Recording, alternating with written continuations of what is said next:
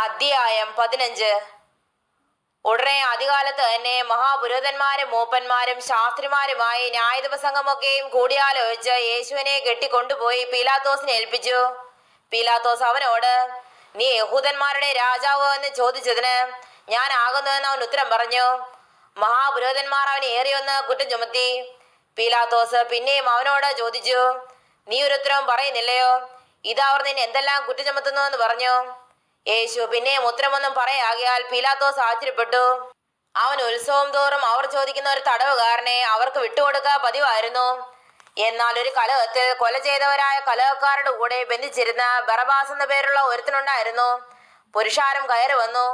അവൻ പതിവ് പോലെ ചെയ്യണമെന്ന് അപേക്ഷ തുടങ്ങി. മഹാപുരോഹിതന്മാർ അസൂയ കൊണ്ട് അവനെ ഏൽപ്പിച്ചു എന്ന് പീലാത്തോസ് അറിഞ്ഞതുകൊണ്ട് അവരോട്, യഹൂദന്മാരുടെ രാജാവിനെ നിങ്ങൾക്ക് വിട്ടുതരണമെന്ന് ഇച്ഛിക്കുന്നുവെന്ന് ചോദിച്ചു. എന്നാൽ അവൻ ബറബാസിനെ വിട്ടുകൊടുക്കേണ്ടതിന് ചോദിപ്പാൻ മഹാപുരോഹിതന്മാർ പുരുഷാരത്തെ ഉത്സാഹിപ്പിച്ചുകൊണ്ടിരുന്നു. പീലാത്തോസ് പിന്നെയും അവരോട്, എന്നാൽ യഹൂദന്മാരുടെ രാജാവെന്ന് നിങ്ങൾ പറയുന്നവനെ ഞാൻ എന്തു ചെയ്യണമെന്ന് ചോദിച്ചു.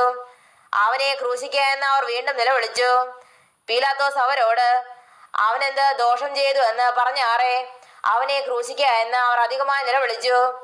പീലാത്തോസ് പുരുഷാരത്തിന് തൃപ്തി വരുത്തുവാൻ ഇച്ഛിച്ച് ബറബാസിനെ അവർക്ക് വിട്ടുകൊടുത്തു. യേശുവിനെ ചമ്മട്ടി കൊണ്ടെടുപ്പിച്ച് ക്രൂശിപ്പാനേൽപ്പിച്ചു. പടയാളികൾ അവനെ ആസ്ഥാനമായ മണ്ഡപത്തിനകത്ത് കൊണ്ടുപോയി പട്ടാളത്തെ എല്ലാം വിളിച്ചു കൂട്ടി. അവന് രക്താംബരം ധരിപ്പിച്ചു.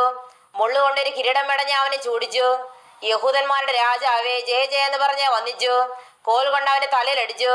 അവനെ തുപ്പി മുട്ടുകുത്തി അവനെ നമസ്കരിച്ചു. അങ്ങനെ അവനെ പരിഹസിച്ച ശേഷം അവർ രക്താംബരം നീക്കി സ്വന്തം വസ്ത്രം ധരിപ്പിച്ച് അവനെ ക്രൂശിപ്പാൻ കൊണ്ടുപോയി. അലക്സാണ്ടറിന്റെയും രൂഫാസിന്റെയും അപ്പനായി വയലിൽ നിന്ന് വരുന്ന കുറേനക്കാരനായ ശീമോനെ അവന്റെ ക്രൂശ് ചുമപ്പാൻ അവർ നിർബന്ധിച്ചു. തലോടിടമെന്ന അർത്ഥമുള്ള ഗോൽഗോഥ എന്ന സ്ഥലത്തേക്ക് അവനെ കൊണ്ടുപോയി. കണ്ടിവണ്ണ കലർത്തിയ വീഞ്ഞ് അവന് കൊടുത്തു. അവനോ വാങ്ങിയില്ല. അവനെ ക്രൂശിച്ച ശേഷം അവന്റെ വസ്ത്രം ഇന്നവന് ഇന്നത് കിട്ടണമെന്ന് ചീട്ടിട്ട് പകുതി ചെയ്തു.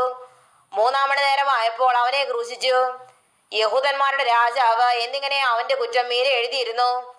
അവർ 2 കള്ളന്മാരെ ഒരുത്തിനെ വലത്തും ഒരുത്തിനെ ഇടത്തുമായി അവനോടുകൂടെ ക്രൂശിച്ചു.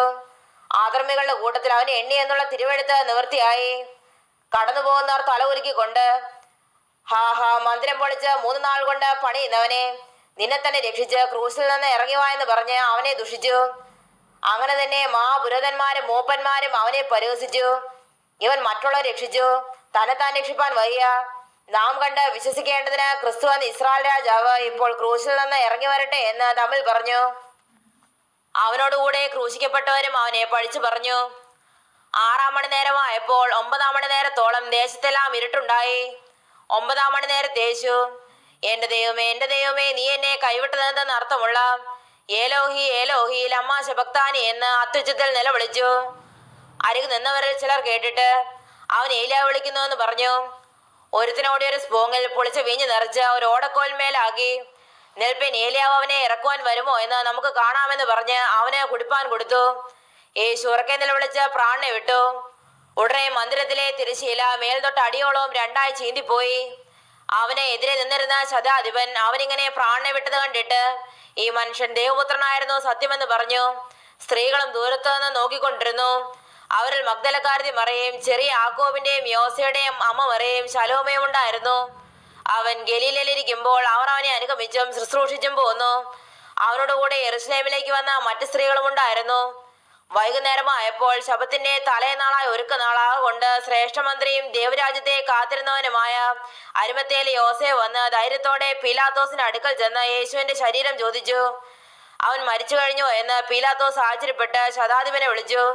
അവൻ മരിച്ചിട്ട് ഒട്ടു നേരമായോ എന്ന് ശതാധിപനോട് വസ്തുത ചോദിച്ചറിഞ്ഞിട്ട് ഉടൻ യോസേഫിന് നൽകി. അവനൊരു ശീല വാങ്ങി അവനെ ഇറക്കി ശീലയിൽ ചുറ്റി പൊതിഞ്ഞ് പാറയിൽ വെട്ടിയിട്ടുള്ള കലറിൽ വെച്ചു. കലറവാതിൽക്കൽ ഒരു കല്ല് ഉരുട്ടി വെച്ചു. അവനെ വെച്ചയുടെ മഗ്ദലക്കാരത്തി മറിയയും യോസയുടെ അമ്മ മറിയയും നോക്കി കണ്ടു.